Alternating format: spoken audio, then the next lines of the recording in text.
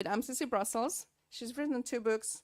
Her main focus is family and policy focus on the family. She's a defender of family autonomy. And her recent study just came out yesterday. It's available in the MCC Brussels website, and it's called Families in Fragments. And after Ashley, we're going to have Nátalia Borza, who's a linguist from Pázmány, Péter Catholic University.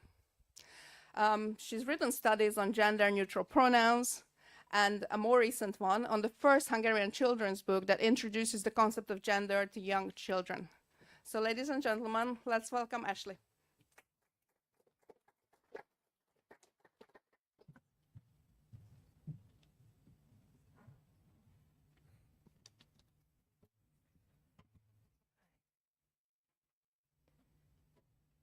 Thank you for that very kind introduction. So the concept of gender has a very interesting and perhaps somewhat sordid history.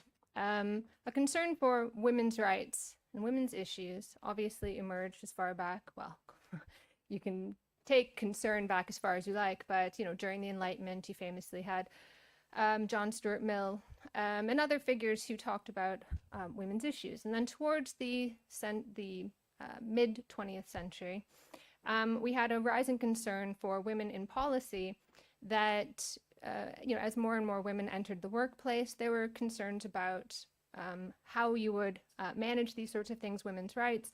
And part of it was the biology of women. The fact that women have babies meant that you needed to have something in place that allowed for the comfort of the mother and her baby away from work for a certain period of time. But these movements didn't use the word gender. The word gender initially comes from obviously linguistics, but it started to be used within the context of sex in discussions of intersexuality in psychology. So, for example, in the United States, there were clinics that emerged in the 1960s that were in California that were concerned about a variance between what they saw as feminine boys and masculine girls and their sex. And this didn't come from any kind of feminist outlook. The role of this clinic was to align, to get people to give certain therapies that would align feminine boys and masculine girls with their natal sex, to get them to behave in ways that the clinicians anyway thought were appropriate for their sex. But the word gender then moved into feminist work as a replacement for what had been discussed as sex roles. And unlike the psychologists, feminists used it to argue for the undesirability of particular gender roles. That there was nothing, just like the psychologists, well, they argued that there was nothing natural about particular sex roles, or gender roles. Just because someone has a particular sex doesn't mean that they will naturally take on these roles. And it was used as a way to fight for women's equality. And after that, into the 1980s, gender became a shorthand for women's issues.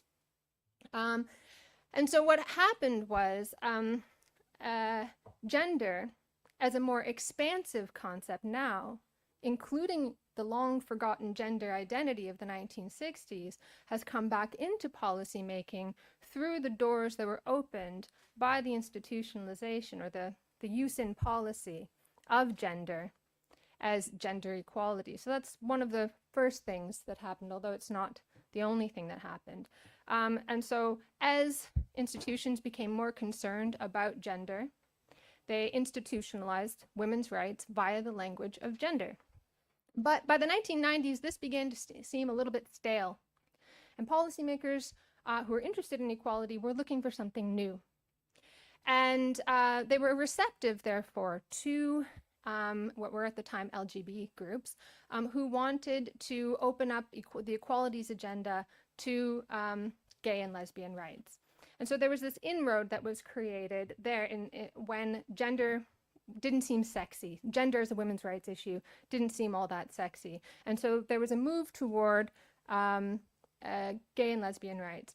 And then as this agenda progressed, again, it happened that once it seemed as though gay and lesbian rights had made significant inroads, they had achieved their legislative aims, again, there was an appetite for something new. And this led to a receptivity to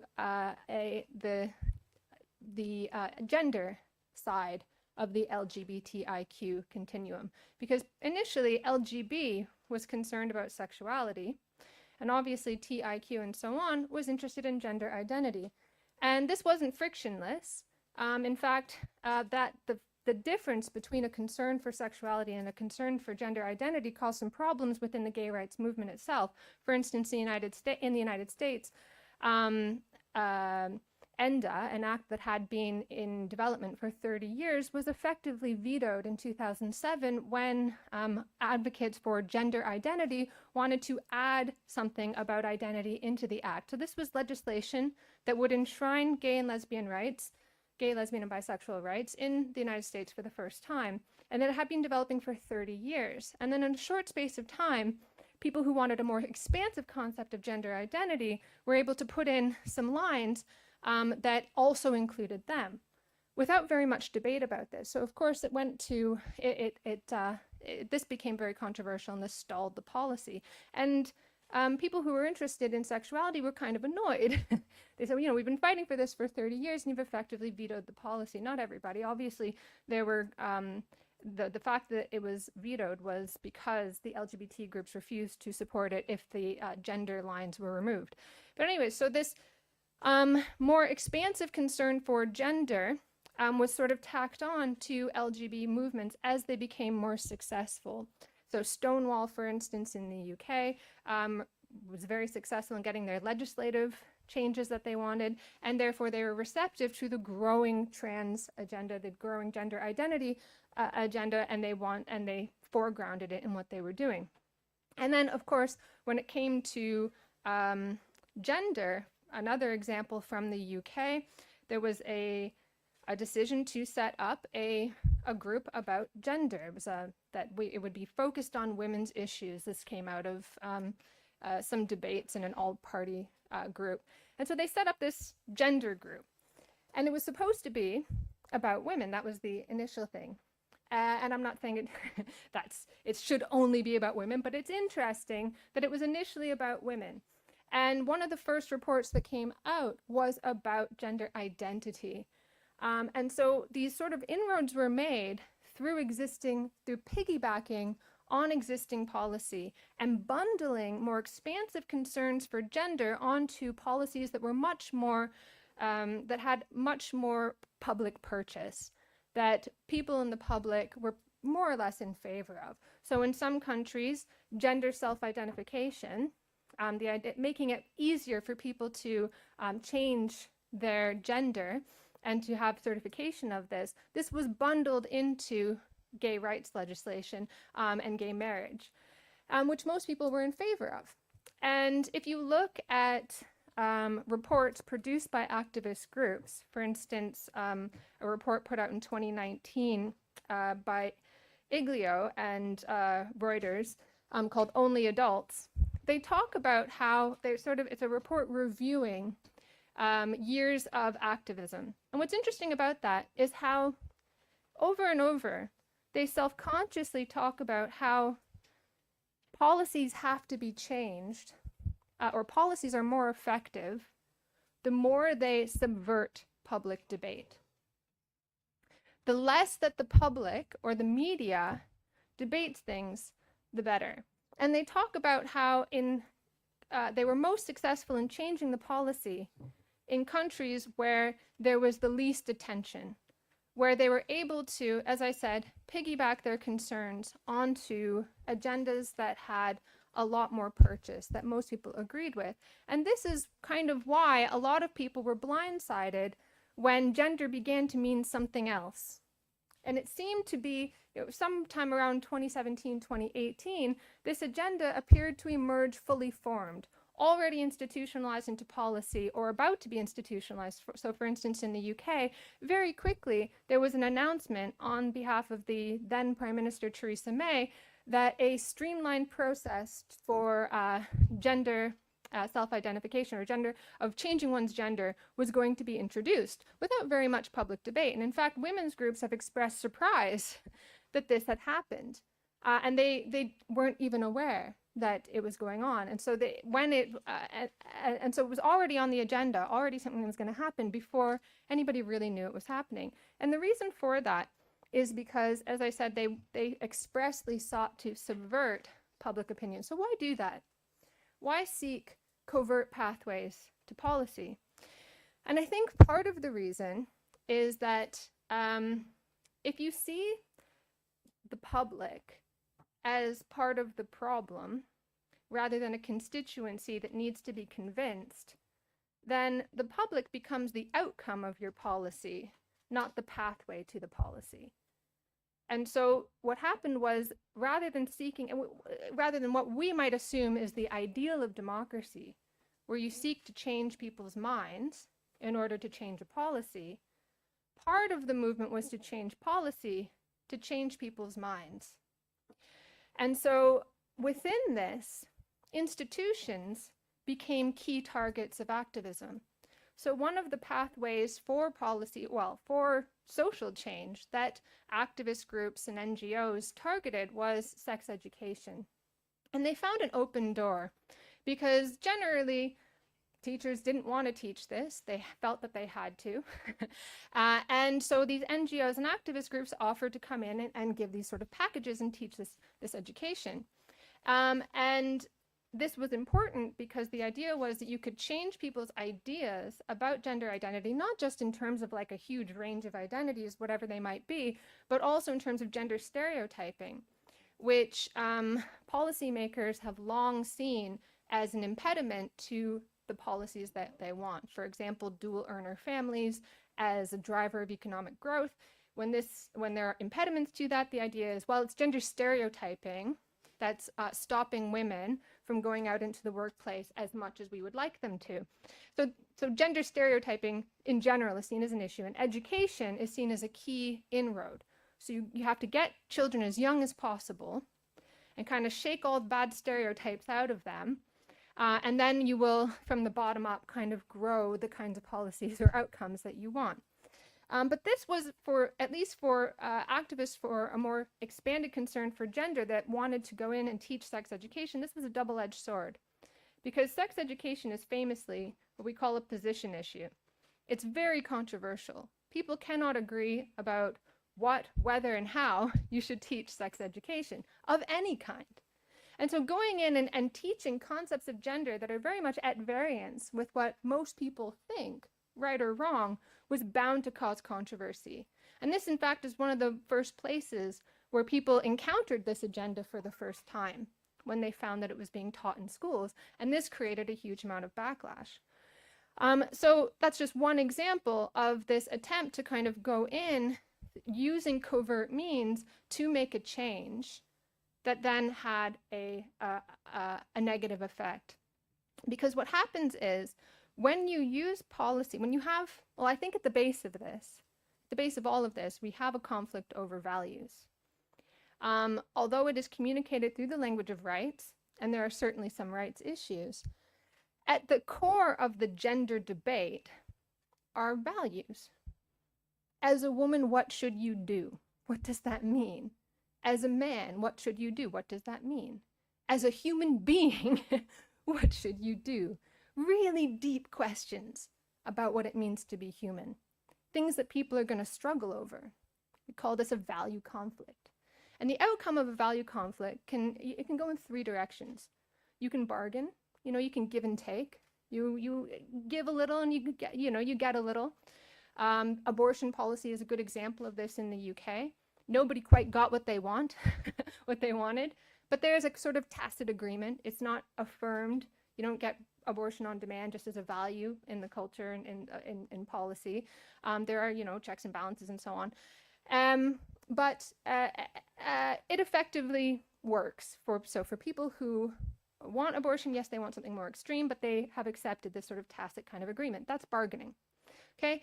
And it kind of works more or less. There's still debate that will go on, but it functions, and we're able to live together more or less peacefully on this particular issue until it erupts on the public agenda again. But this is a policy that results from bargaining.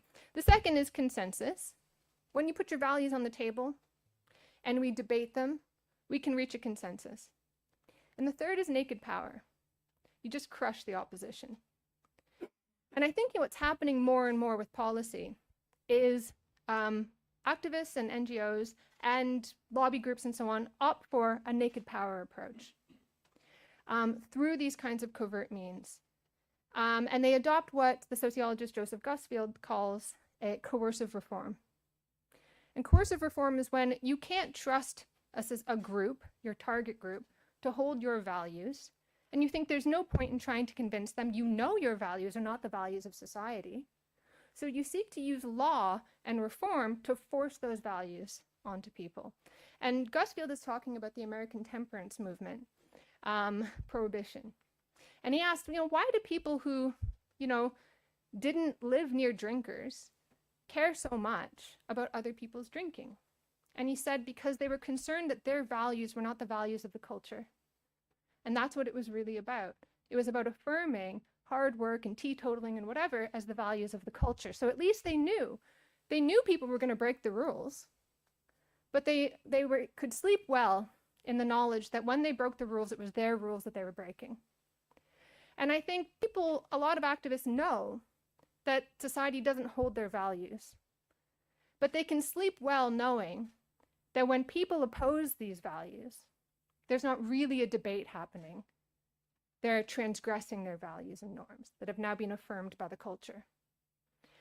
And I think that explains a lot of what's going on here, this desire to kind of circumvent democratic processes, to avoid debate, to have one's values affirmed as the values of the culture, whether or not people actually hold them.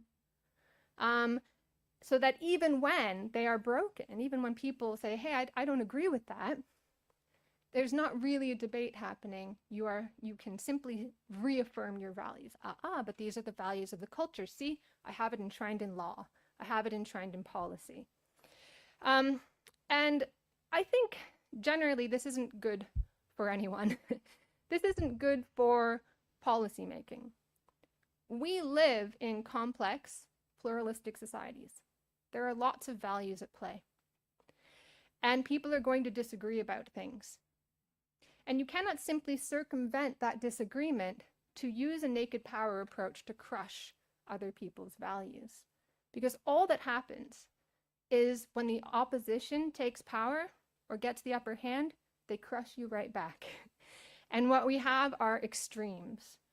It's all or nothing. And activists have even said, again, going back to that Iglio report, activists even expressly said, there can be no bargaining.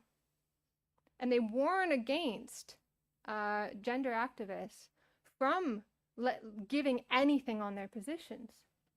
But if there can be no bargaining and consensus, the only option is naked power. And that's going to come back to bite you. Because in our societies, policies need to have some kind of legitimacy. The exercise of power has to be legitimated. And if you make policies that have no democratic legitimacy, they will be overturned. They don't have longevity. And they're not good policies because they're not taking in the range of values at stake and trying to find a way through them. They're just trying to crush each other. And I think in terms of the family, what has happened here is in this process, the family has come to be seen as an impediment to these values, where the family is no longer something that, we have to understand and, think about the relationships between individuals, the cohesiveness, its comfort, things that really matter to the vast majority of people. Instead, this becomes an impediment to having those values affirmed by society. And so the family becomes this barrier, this annoying private institution that if we could just kind of get in, find some way around it, then we would win. Again, through this kind of coercive reform where you kind of force people to accept things. And this, in this context, family policy becomes self-evidently backward. Gender becomes a forward-looking, progressive movement, and the family is a backward-looking, regressive movement. And you can see this, the EU played with the idea of gender mainstreaming, gave it some affirmation, and now you have LGBTIQ mainstreaming that is celebrated, gender mainstreaming that is celebrated, and the family, any country that has a family policy, it's a cover for men's rights, or it's a cover for something else. And it might be, but you can have a family policy and it not be men's rights. Like, that's something that really matters to people. But now we can hardly even discuss the family, because now the family is backward and gender is forward. I don't think that's a society that most of us want to live in. That's all.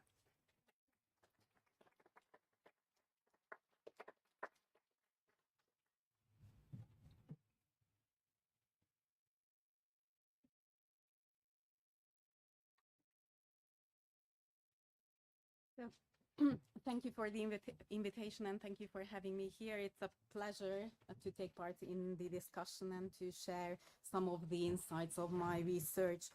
As Christina introduced, I'm a linguist, a social linguist, and I deal with controversial topics of present-day society. For example, I've analyzed opinions of social perception of populism and conspiracy theories, and I've been dealing with gender issues as well. So what I'm going to talk about today for you is some of the insights of a current discourse analytical research I was doing in the Hungarian context. So it's going to be a case study. It's not an overall picture as Ashley's was, but more focusing on the Hungarian situation. And the case I took is the first children's book about LGBTQ people in the Hungarian language, which came out back in 2020. And it's a collection, it's an anthology of 17 recast fairy tales. Recast here means that the good old traditional fairy tales were reimagined in such a way that there is a gender diverse character in them, and the setting is an inclusive setting. And the book was intended for childcare institutions, so kindergartens and primary school as well. It was intended as a teaching material for introducing the gender idea for children. But actually the target group, the age group wasn't specified. So what we know is it's a fairy tale collection for children. Now then, when the book was published in Hungarian, then in a very short time span, a petition was launched because people in Hungary got really angry, and there was a huge stir about the book, and civilians wanted to have the book removed from the bookstores, claiming that influencing children with political and sexual ideologies is against the interest of the children. So what we saw is that within 3 days, so a very, very short time, more than 85,000 people signed the petition. Now then, my aim with the research was to see why people support and why people oppose to gender education for children. And I wanted to see the set of arguments on both sides to see what kind of framing and legitimization or delegitimization comes up in the topic. So what I did, I watched the video of the book launch, and I collected all the comments which were posted to the video. So this way I could get the opinion of ordinary Hungarian people about gender education for children. Now then, not to make it boring for you, I'm not going to discuss the methodological part, the linguistic part of the topic. If anybody is interested, you can put it as a question, or after the discussion I can tell you details about that. But I think it's more interesting to talk about the results, the findings, why people find it reasonable or unreasonable to have gender education for children. But first of all, I'd like to show you, as Ashley has already touched upon, the idea that the word or the concept gender is a versatile one. It's not a firmly fixed concept, but it's something which is rather vague.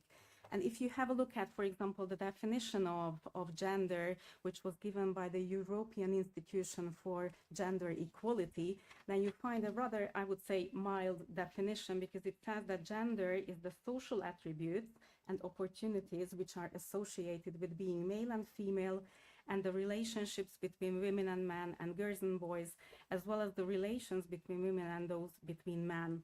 So what you see here is that basically there is no talk about sexuality, there is nothing about sexual orientation, and it doesn't talk about the idea of changing one's gender. But if you have a look at the definition of gender given by the WHO, the World Health Organization, then you will find something different, because they connect gender immediately with gender identity, and they say that gender identity refers to a person's deeply felt internal and individual experience of gender, which may or may not correspond to the person's physiology or designated sex at birth. So already the idea of discomfort comes up in this definition, and still what remains is the binary. So you've got male and female and nothing in between or outside the two. But if you visit Harvard Medical School, then you will find a completely different definition of gender, because they already introduced the ideas of the non-binary gender, when somebody's gender doesn't fit into the cultural norms or cultural categories of female and male. And they also talk about gender fluidity with their definition, where gender identity changes over time, and over time can be a very short time. So in the morning you feel like a woman, and in the evening you feel completely different. So if we have a look at how gender is not well defined, it's worth mentioning how in the very context gender was defined. So the book was published by an association which is called Labris in Hungarian, and this is an association for lesbian, bisexual and trans women. They represent their interests, and in their definition that you can find on their website, and what you find actually in the fairy tale book as well, is that they don't restrict the idea of gender on the social roles of men and women, but rather they celebrate it as a proud realization of of your chosen sexual identity, and it's focusing on sexual orientation and the free choice of sexual orientation as well. So when I collected the comments from the website, then this was the setting, and what you will see, gender equality is not going to be about equal payment for women, but a lot broader concept here. Now then, to show you some of the findings, first I will focus on the arguments on the side of the proponents of gender education for children. So why they want gender education to be introduced in our society, and then I will move on to the opposition. So the most frequently occurring topics within those who were proposing gender education for children was tolerance. Now then, tolerance is like a magic word these days, and it got a classical understanding though. In the original sense of the word, tolerance is something like the willingness to accept something, a belief that you disagree with, or accepting a behavior despite you disapprove of the behavior. And you acquiesce to this disagreement because you've got some common interest with the other person whose beliefs you disagree with or whose behavior you dislike. If you take the example, for example, of a teenager, of a cheeky teenager who is immodestly behaving with the parents and rude, then the parents can tolerate the child despite the impertinence of the teenager, because there is a sense of belonging together. There is a very strong sense of the family, and because of that common interest, the teenager's arrogance is tolerated. Now then, what you see in this example is that when we tolerate something, then we always are aware of what is irritating us or what is dislikable to us, and we make some sort of a cooperation despite the fact that we've got this feeling of discomfort with the other's belief or the other's behavior. But the use of the word tolerance among the supporters of gender education was completely different from the classical meaning of tolerance. because they never specified what should be tolerated. What they meant by tolerance was a universal and unconditional attitude, an attitude of acceptance. Now then, to give you a bit of linguistic hint why this could happen is that the word tolerance is a noun which, a part of speech which defines the quality. And if you use the noun tolerance, then you don't need to give the object of the noun. So you can have the sentence, for example, with the previous example, that the parents showed tolerance, full stop, and you don't need to continue the sentence. It's going to be a complete sentence. But if you play around a bit with the language and change the part of speech, if you change the noun to a verb and you use tolerate, then immediately you need to fill something there, because the verb tolerate is a transitive verb, so it needs an object. So if you start your sentence like the parents tolerated, then you cannot stop here, you cannot put a full stop. You need to specify what the parents tolerated. So what I saw in the discussion, in this public debate, is that tolerance was typically used as a noun without any specification of what kind of behavior was tolerated and for what reasons. Now then, the other tricky thing with the use of the word tolerance was that it wasn't used in a reciprocal way. By which what I mean is that those who were proposing gender education for children expected tolerance from those who didn't like the idea of gender education from children. And it was as if they had a shield and they put the coat of arms on the shield, but it wasn't their embodied quality of being tolerant painted as a coat of arms on the shield, but in a very tricky manner they put a mirror on the shield, a mirror on which the word tolerance was engraved, and whoever had a look at their shield, whoever was communicating with them, they basically saw themselves in the mirror with the imperative, be tolerant with me. Okay, so in this way, reciprocity was absolutely not practiced with the proponent of gender education. This was one of the main topics, tolerance. The other one that came up very frequently in the discussion was the admiration of the new.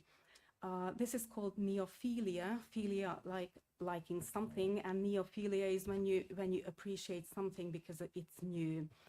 And people who put their comments typically said that socially accepted norms are traditional and they are boring, they are dull, and the past is ridiculous, and we need to celebrate something which is new, something which is eccentric, something which is unconventional and non-conforming.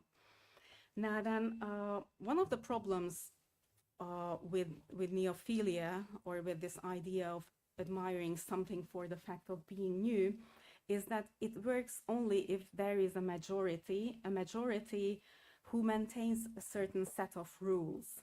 Because if you don't have the majority keeping norms or sets of rules, then you don't have a reference point from which you can divert and from which you can depart. So the dissenting proposition presupposes that there is conformity. But what I didn't see in the discussion is that the non-conforming people, appreciating the existence of conforming people, they rather showed contempt and the lack of appreciation of conformity. Now then, the other problem with non-conforming attitude with following this line of neophilia is that if the novelty itself is what we celebrate, then we always pass on from one thing to the other, because what is new today is going to be old by tomorrow. So there is a continuous transgression, and we can never stop, and we can never settle. And it's very problematic with values, because if you change your values continuously, then society is not going to be held together by a common set of values. The other important thing here is that those who were celebrating novelty in itself never questioned the quality of the new. So they never had the question whether the new is any better, in any ways better than the old. So what we will end up here with this idea of neophilia and continuous transgression is that something doesn't need to be outstanding to be celebrated. It simply needs to be new. So there is not going to be the weighing whether something is beneficial for society, if it's an exceptional cultural product or not, because the novelty itself is what creates the value. And this is what you see in the gender movement. As Ashley said, originally we had the LGB, and then it grew into an LGBT, and then the Q was added, Q at that time for queer, and then LGBTQ grew into an LGBTQI, completely mixing up attitudes, sexual orientation, gender identity, and biological facts with the I, with the intersex. And then it moved on to contain LGBTQIA, the asexual, and fairly recently after the A, you might add a number as well, the 2S for the two-spirited. And I wonder when we finish the discussion how long the sequence grows, but I'm sure that it's never going to stop because there is no end to it, because there is no point to reach with it. Now then, focusing on these two main topics, on the proponents of gender education for children, let's move on to the other side. Those who were against gender education for children typically argued by saying that nature is important. They wanted to have harmony with nature, and by nature here they meant the biological sexes. And the comments given within this reasoning, they actually accepted the idea of gender as long as gender meant the social roles associated for a woman to be a woman and a man to be a man.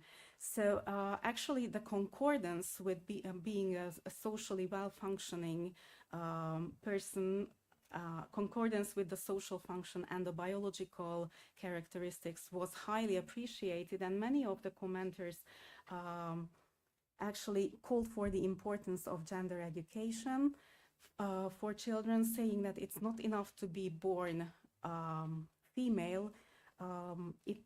People need to, I mean, ladies or young girls need to learn how to behave as a young girl and as a young lady later on, or to be a woman. So they were saying that it's not self-evident, but it needs to be passed on, and it can be part of the curriculum as long as there is no mismatch, or there is no mixing of the two, referring to social role and biologically given characteristics.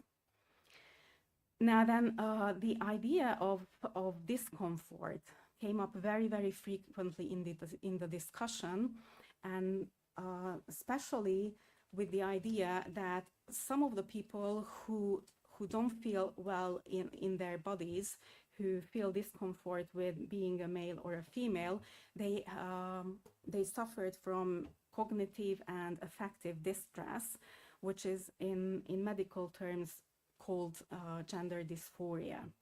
Now then, the DSM-5, which is the Diagnostical Statistical Manual of Mental Disorders, collected by or compiled by the APA, American Psychiatric Association, categorizes gender dysphoria among mental disorders related to sexual and gender disorders. The point here is that gender dysphoria is a mental disorder, clinically speaking, and the medical categorization is a condition which is actually an illness of the mind. And in the discussion, those who were against gender education for children, gender dysphoria, they never used this word, but they were referring to the condition. Gender dysphoria was seen as an effect rather than the cause. And it's important to see, because if it's an effect, then what the people who didn't like the idea of gender education for children, they were wishing this condition to be changed so that the children acquire social norms which fit their body. And the discussion was proposing that stable and very simple concepts should be given to children, because if we give vague ideas, then they are going to be confused by those. Now then, what we see here is that the opponents of gender education for children didn't see the problem, gender dysphoria, as a cause. And they didn't recognize it as a benchmark or a reference point. So they didn't want to alter the situation according to this. And that's why they very strongly were against any sort of medical transitioning, whether hormone therapy or surgery or any other sort of medical treatment to give transitioning to the children. Now then, in the discussion, social roles were questioned, whether they are absolutely culture dependent, so-called socially constructed, or not. And when the idea of social construction came up, basically what was meant is arbitrariness. So if there is a social role associated to a woman, is it any arbitrary, or is it socially constructed, or is it natural? Now then, we need to see that even if there are different roles associated to women in different societies, if you take one single society and investigate it in time, back in history, even if you see the differences do not mean that they are arbitrary. And to show this, I'd like you to remind of the so-called kibbutz experiment, which is actually not an experiment, but a way of life.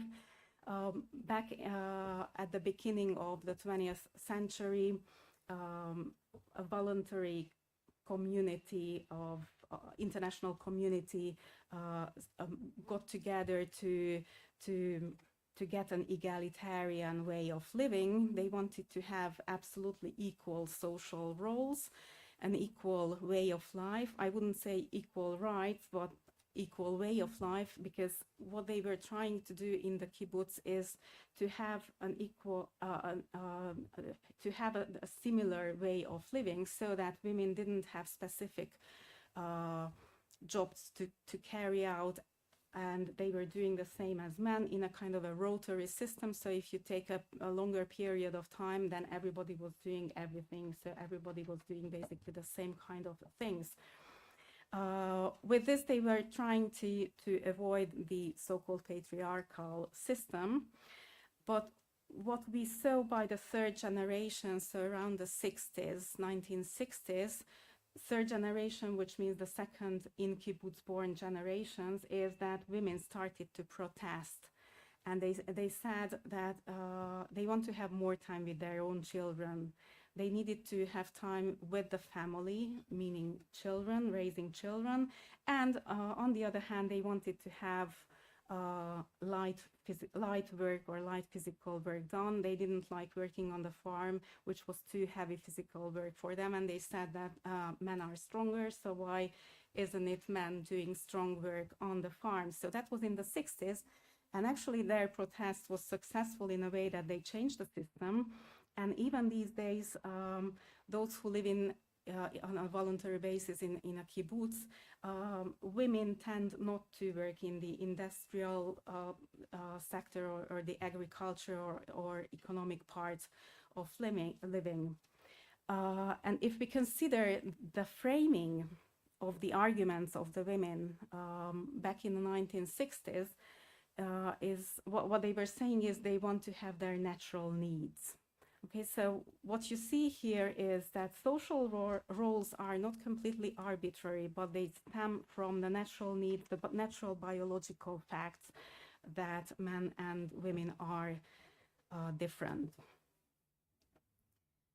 Now then, the next main type of argumentation within the discussion of those who were against gender education for children contained duties. And here, let me just call your attention to running out of time? A little bit. Okay, just a few sentences on this, and then I'll leave out the next bit and try to conclude. Okay, so the people here were not talking about rights, but they were talking about duties of the parents, duties and responsibilities of the parents with bringing up their children. One of the duties, they mentioned two types of duties for the parents. One of the duties was providing an environment which is protective. Protective in what sense? Protective so that the psychological and moral development of the child is ensured and the child is not exposed to any sexual attribution or sexualization or sexuality, or that the child doesn't need to make decisions about life choices at a very early age. Now then, about these duties, we had a referendum back in 2022 in Hungary. Not going into the details because we are running out of time, just to tell you very shortly that the majority of Hungarian society, so 95% of the electorate, said that they don't want children to be exposed to workshops which give sexual education or sexual orientation at schools without the consent of the parents. Now then, the other important duty of the parents in the discussion that came up is tradition.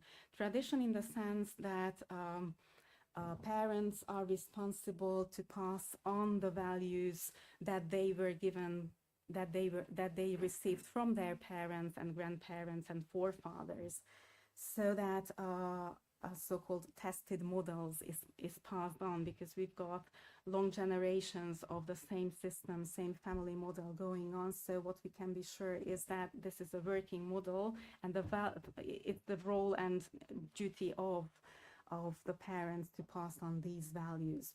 So what you see here is that the opponents of gender education for children saw a continuity of society. So they didn't just see an individual in opposition or of society, or an individual within society, but they saw society itself as a dynamic term in an organic link of the past. And because of that feeling of organic link of the past, they were actually having a feeling of responsibility for the future. Right, and then I will stop here and not give you any more examples, but let's go on with the discussion.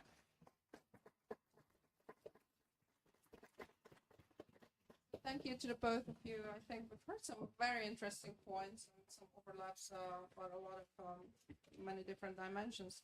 And since you're both experts on controversial issues, I would like to start with a provocative question. Do you think that sexual education or gender education for children, is this a form of child abuse?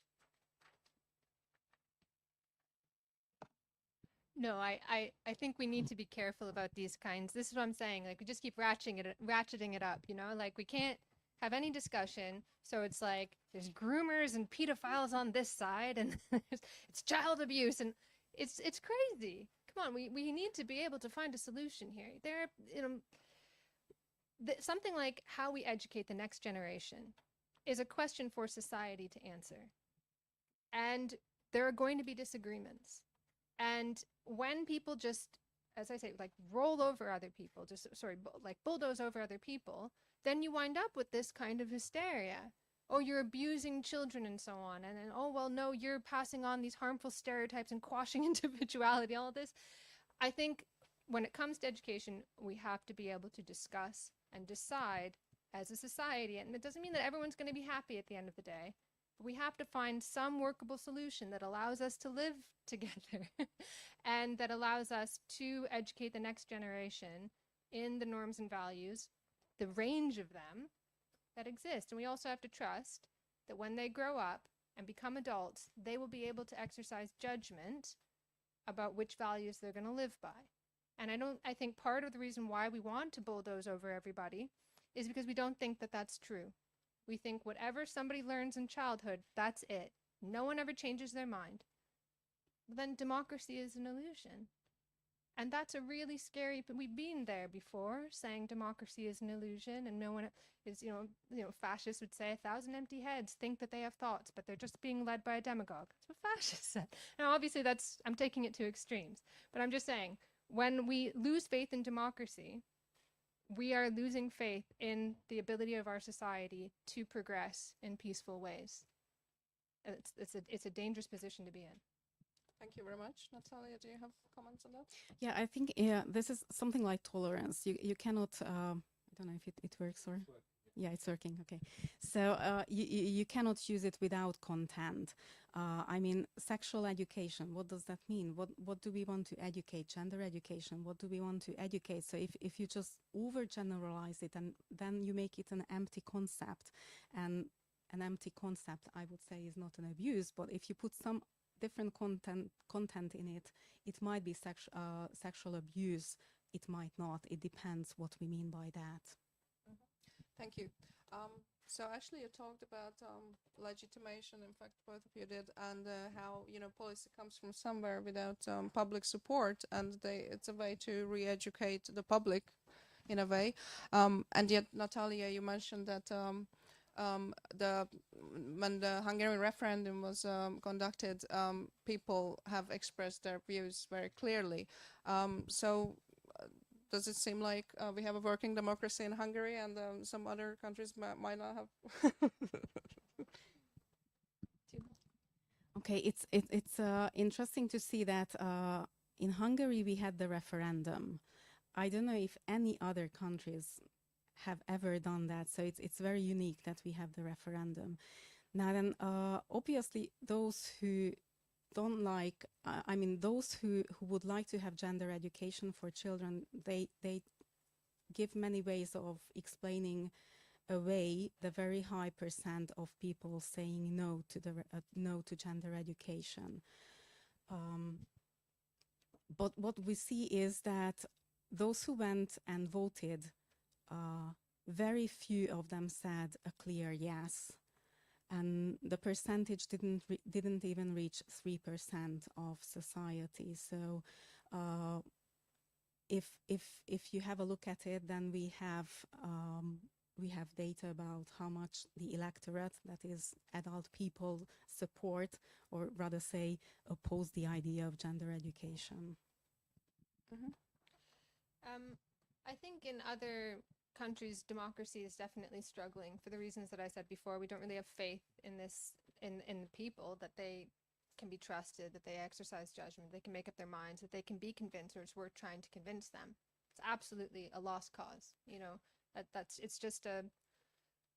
It's become a cliche that there's just no point. No one ever changes their mind, as I said. But I think also when the big questions of society appear to be answered, we get more and more of these conflicts over values, and people going on these symbolic crusades, which is the name of the book that I was talking about with Joseph Gusfield. It's a very good one. It's an old one from the 60s. But so one thing that he talks about is that part of the reason why alcohol became such a big issue was because all the other issues seemed to be settled.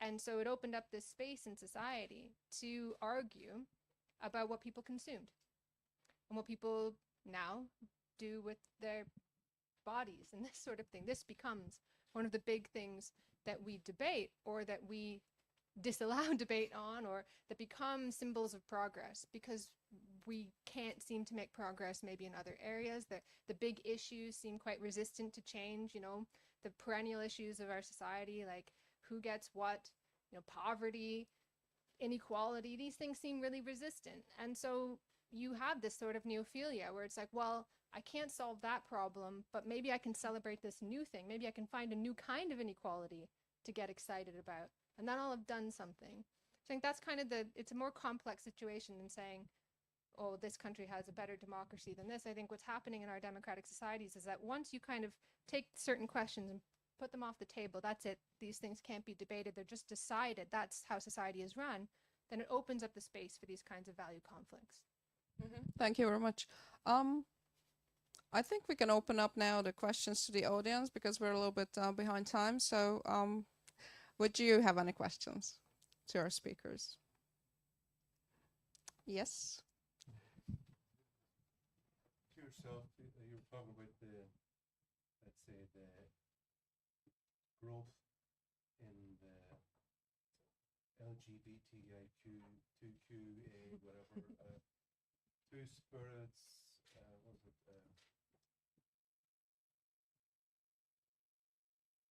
Which is funny, all this talk of cultural appropriation, no one ever talks about how that's appropriated from indigenous culture. Anyway, go on. Yeah. Yeah, well, just as it's increased, and you were talking about the use of the language of tolerance without an object, not being clear. And when you think about, they used to say that some virtues are in the extremes, others are in the middle, the via media, whatever. And I think it would be a good idea to ask people, like, are you tolerant, for example, of, are we going towards a situation with this gender ideology where P starts to appear and pedophilia, that we are asked to tolerate? Ask people, are you tolerant of pedophilia? Where is all the stuff? And when you look, I would say one of the lacking things in the first talk was without a history of looking at gender ideology, who started it, where did the language come from, be it Alfred Kinsey, Dr. John Money, Michel Foucault, where did it all, the beginning is the kind of oak in the seed, that the guys who started this ideas and what later became like an ideology, they seem to be pretty happy with pedophilia. And they were the ones preaching tolerance, endless tolerance. So do you think that that is where, with the whole gender ideology pushing the indoctrination and mutilation of young children to destroy their bodies, is that where it's leading to? Well, I cannot see cannot foresee the future, so I don't know where it's going to stop or if it's going to stop ever. But what you can see with, for example, with pedophilia, with the P, in some of the sequences I've seen the P, and some people already celebrate P along with the other letters. And we need to be very careful with the language, because if for some people who think about pedophilia as something that they don't want, then the language helps, because we've got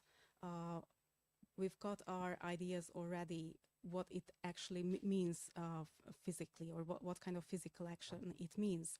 But if the term is changed, and that's something I've seen, instead of pedophilia, you've got, sorry? Minor attractive person used by the Big Commission 2 years ago. Yeah, okay, so if you've got euphobophilia, euphebos in Greek is young boy, then people will not hear what it actually means, and it's going to be detached from reality.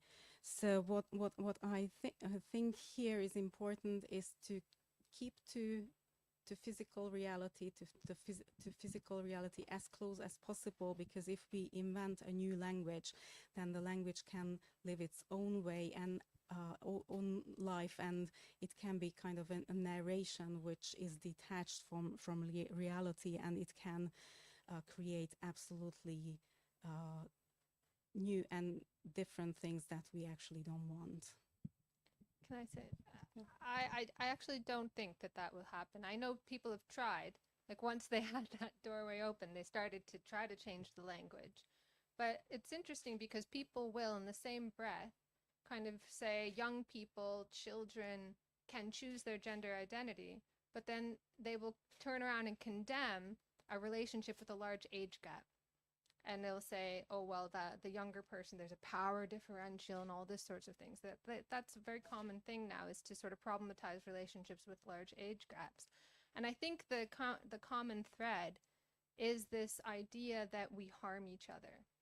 So I feel like pedophilia is probably a pretty deep one in our society that would take a lot to dislodge, partially because there's this idea of harm, but also in this, rightly, but also in this discourse, there's this sense that when you impose your will on somebody else, in any way, it is by definition negative. So that's why they will champion this, what is a very individualized kind of discourse. So when it comes to relationships, people are a lot more iffy, right? They're celebrating a kind of internal relationship one has with oneself. And that's far less problematic to them. And I think that explains why they're able to say a young person can choose their gender identity, but can't choose a relationship with an adult, rightly so. But the reason is because they have an idea of harm, and just generally, not even just pedophilia, obviously, that's an obvious harm, but I mean, they have an idea of like, when we impose our will on someone else, it's a bad thing. And this kind of thing is just, it's a relationship with yourself, and that's something that it's sacred in a way. So I think it's a totally different thing. I really don't think pedophilia will be able to piggyback on this.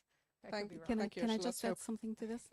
I garbled that, but you get what I'm trying to say. Yeah, I'm actually very happy to hear that you are so optimistic. What I see is if you are clever enough, I mean, if you create a nice narrative, then I think with this idea of transgression, with the idea of passing on to the new terrain, something which is completely new, I think with a nice narrative, you can create basically anything. If you have a look at the history of the LGBTQI, whatever, plus minus movement, then it started with actually not the L, not the lesbian, but with the gay, so with the G. It's a different issue why we've got the letter L at the beginning, but it all started with the gay movement, and the language of the gay movement was created. And once the language was created, it became so much accepted that I guess most people in Western Europe and the USA would say that homosexual relationship is absolutely normal. Now then, in the Hungarian language, the word that's used for homosexuals is not gay. I mean, gay in English gives a positive image, somebody who is happy, who is brilliant and shining. Now then, in Hungarian, we use the German origin verb, and it's once again important, it refers to the action. So whenever we refer to the person who is gay, then the image of the physical action comes to our mind. So in Hungarian, it's a bit more difficult to change the narrative unless you use homosexual, but that's not a Hungarian word, so it's not so much part of the discourse. Thank you. Frank has a question. I never have a question. I know everything. I think that there is a danger in getting fixated with pedophilia because it means that we miss out far more dangerous problems that I'm much more worried about. I think that the thing that we need to be worried about is, first of all, the imminent adultification of children and the infantilization of adults, which is the erosion of line between children and adults, which is implied by this, which has become increasingly entrenched in, particularly in the Anglo-American world, and has got very powerful cultural drivers to it, which has the effect of completely messing people up mentally and physically, with very, very kind of confusing consequences. That's what we should be worried about, number one. Number two, what we should really be worried about, and there's nothing to me more distressing than when young children, you know, if you take the World Health Organization's position on this, from the age of 3, 4, 5, 6, you know, we should be teaching children about masturbation. We should be teaching children about essentially aspects of our lives which used to be confined to adults. In other words, we're recycling adult preoccupations about sex through the medium of children. That's what we should be worried about, because what that does is it creates a tremendous degree of confusion, what psychologists call an identity crisis, which is very, very difficult to resolve. And so what I'm really worried about is that children who grow up according to this regime end up finding it difficult to make the transition to adulthood. And you find that in almost every Western world, people become adults later and later and later. In America now, they have different stages that they've introduced, but adults, full adults, become adults when they're 35, 36, which is really weird. And as a result of that, I think that's what we should be worried about. And I think Ashley's got a point, and her point is that if we just become the caricatures of what the other side wants us to be, they call us homophobic, transphobic, whatever. And if you just simply react to that by picking at their weakest point, which is pedophilia, then we end up losing the battle. Because their strong points are elsewhere, where they're proceeding, where they're making an impact, where they're capturing the minds of young people is on all those areas where at the moment, people on our side are not really responding. They're getting distracted by the relatively easy arguments. And experience shows that if you do that, and we become caricatures as well, we will lose this culture war. And that's not something that we can afford to do, because we have already lost 3 generations, at least 3.5 generations of young people. If you lose another generation of young people in this battle, then I think that we got a mega crisis on our hands, which will become very difficult to come out of. And therefore, the key thing for us is to, in essence, do whatever we can to fight the sexualization of childhood, fight this adultification of children, say no to sexuality education. I think it's legitimate for children to learn about biology, what in English we call the birds and the bees. That's quite a normal thing to do, but not about sexual identity and not about the sexualized forms of teaching. And I think that's a strong position that we can use to defeat our opponents with. And that's really where we should put our energies into. Any comments on that? Yeah, I just wanted to say that I think the point that I was trying to make in addition to that was that there's a tendency to be skeptical of relationships in general, which is why I think it'll never go to pedophilia. So there's a skepticism of like parent-child relationships. There's a skepticism of relationships with age gaps. There's a skepticism about consent, all of these sorts of things that are bound up with a lot of these culture wars. And I think with education, I agree completely that obviously we need to teach about the birds and the bees, this sort of thing. But one thing that really intrigues me is for a movement that supposedly is so constructionist, supposed to be a social constructionist, relativist movement, truth is relative and so on. They have a very inflexible, solid understanding of psychology.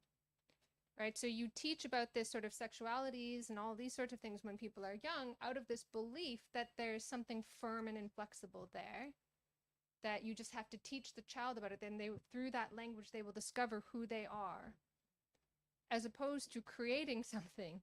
And that's the thing about humanity. We are so incredibly malleable and flexible. And that's part of the reason why we're actually having some of these debates, is because our gender roles are loosening up. Things that we thought were just natural and determined by nature no longer seem that way.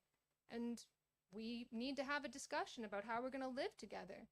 How are we going to take care of our children? How are we going to socialize them into the next generation when it's no longer given by tradition? But what's interesting is that in the face of that, where all that is solid seems to be melting into air, people seem to be searching for something firm, and they find it in childhood. So we got to go in and like give young people this vocabulary, and then they will discover themselves. And I'm just sitting here thinking, like, what do you think that a child walks out of the womb thinking that they're sapiosexual?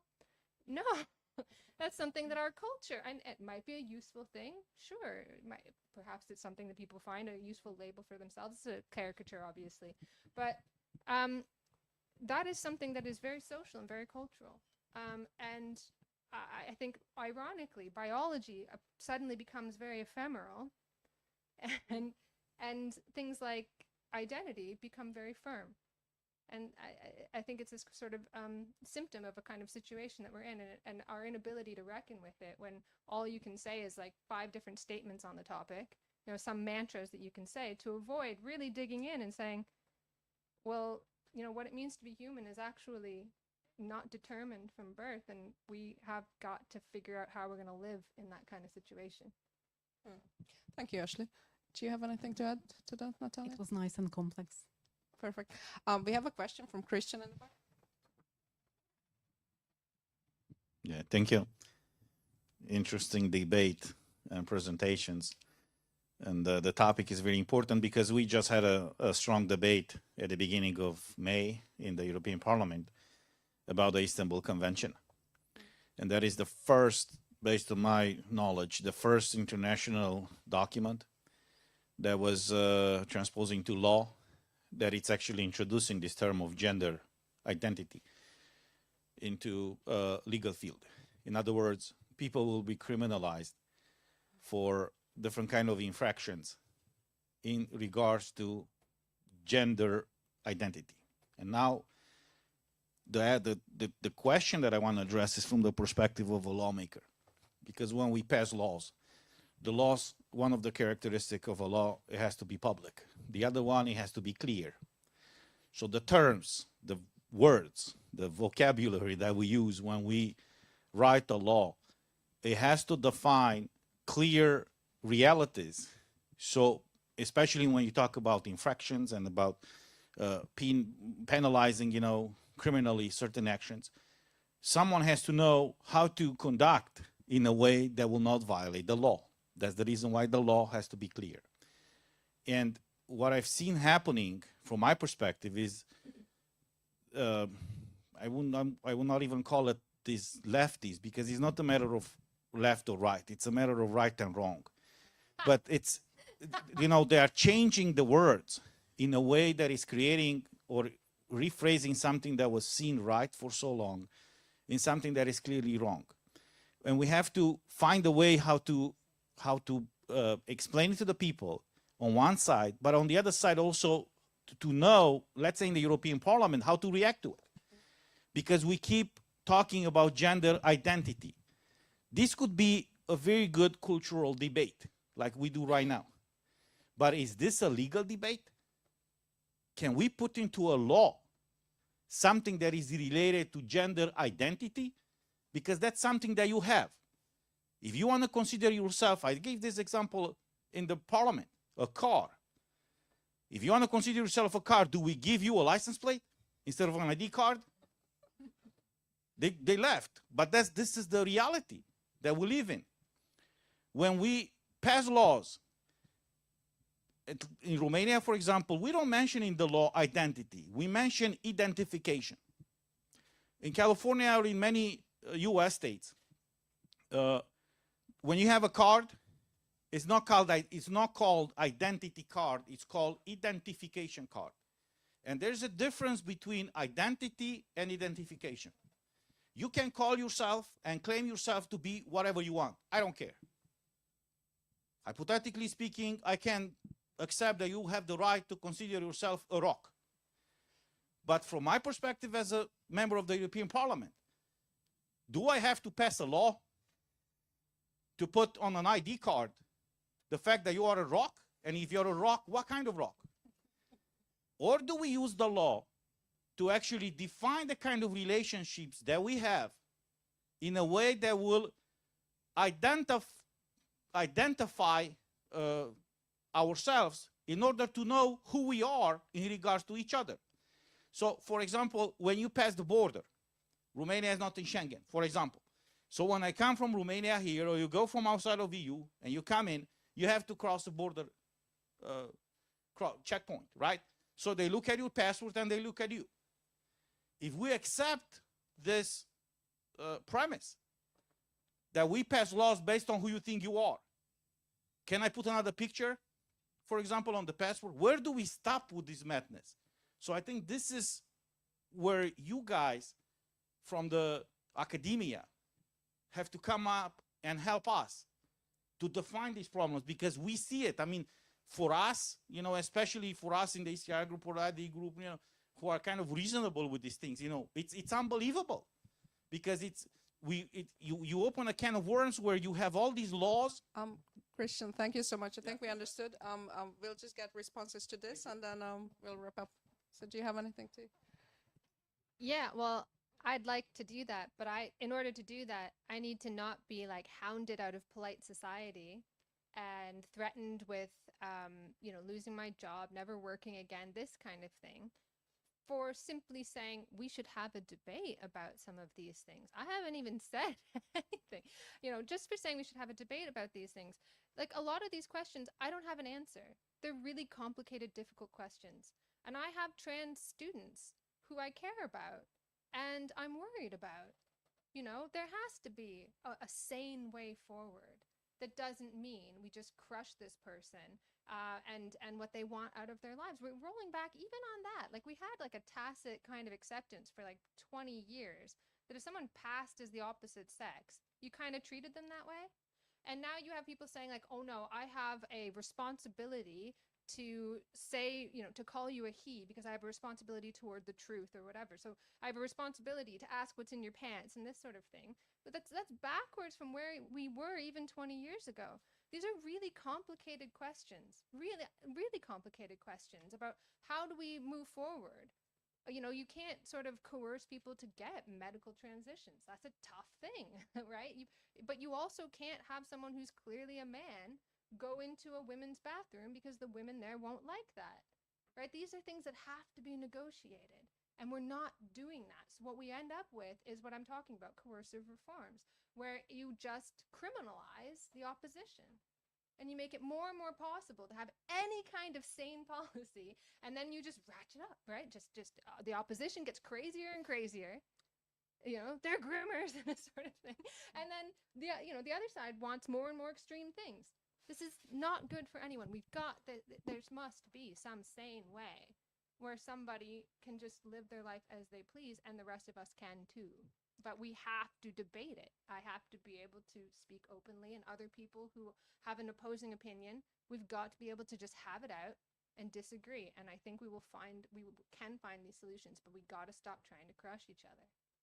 Thank you, Ashley. Nátalia? I think when we want to change a system, then the discussion itself is okay, it's the beginning, but we need to see the whole system together. Your funny example with the car and the car plate reminded me of the pronouns, which is in the Western world, it became absolutely common and typical for people to choose their pronouns. And some of my colleagues working in Western Europe end their letters by a confirmation of what kind of pronouns they wish to be used. And this is a point which is linguistically speaking absurd, because the pronoun, the set of pronouns is a set of reference of point for something which is universally recognizable. So when I use a pronoun, for example, he for Frank, then I can use it because I see whatever I see that he's a man. And even if somebody believes himself or herself to be someone else, then the people who talk about him shouldn't be using anything else but what they see, because then the pronoun loses the point of its reference. So basically loses its function. And I think in cases like that, a debate or a discussion is not even needed, because we can see that any sort of change here would just undermine the system. So if you put any sort of alterations to the pronoun system, then you will lose the system itself. And I think it's the same with the car and the car plate and identification. When the law talks about a person, then it's the person seen from the outside, seen from the point of society and not from the inside. It's not the individual understanding of myself or individual kind of approach to myself. Thank you so much. Ladies and gentlemen, I'd like to close this debate. Thank you for your inputs and thank you to our great speakers. We have a next event coming up next week, and I'd like to ask my colleague John to talk a little bit about that. Good evening. I just want to let you know about an event that will be taking place next Thursday, the 15th of June at 7 o'clock here in Brussels. For several years, a scandal rocked the United Kingdom. At the heart of the scandal lies a series of organized criminal gangs who were systematically abusing young women in a number of cities across the UK. Most shockingly, there was credible complaints that the abuse of girls had been overlooked because of the ethnicity of many of the perpetrators, who were predominantly Pakistani. Many claim that local councils, the police, and even journalists were reluctant to intervene because they were scared of being accused of racism. It seems that political correctness may be escalated from the regulation of language to affect policing, judicial, and administrative services. Charlie Peters is one of the very few journalists in the UK dare to investigate this very difficult issue. His documentary, Grooming Gangs, Britain's Shame, tells the story of these grooming gangs, the scandal behind it, and interviews with survivors.